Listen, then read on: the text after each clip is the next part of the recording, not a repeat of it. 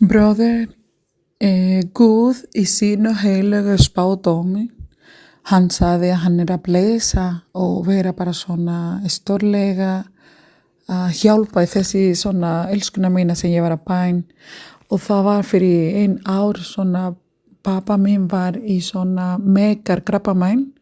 Þetta var mjög harður og svo þetta var bara á að vera alltaf svona þolinmóður og trúfesti. Yfir að það kemur svona erfiðu tíma og Guð var ríki miskulega. Guð líka var að segja mig hann á að leyfa og að segja svona hátíð. Það var eins og svona jöfullu langar að taka af svona blessaður fyrir lofi dýrðingu.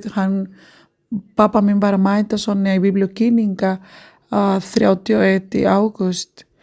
Og á eftir það hann fór til blóðsjúkdóm lækni og lækni búinn að segja hann allt í lagi og það bara svona bjóða honum að kalla í bjallin sem getur segja það bara svona að klára svona þessi kímíoterapi og þetta var í dag og ég gefa svona dýrðin til lofir Guð.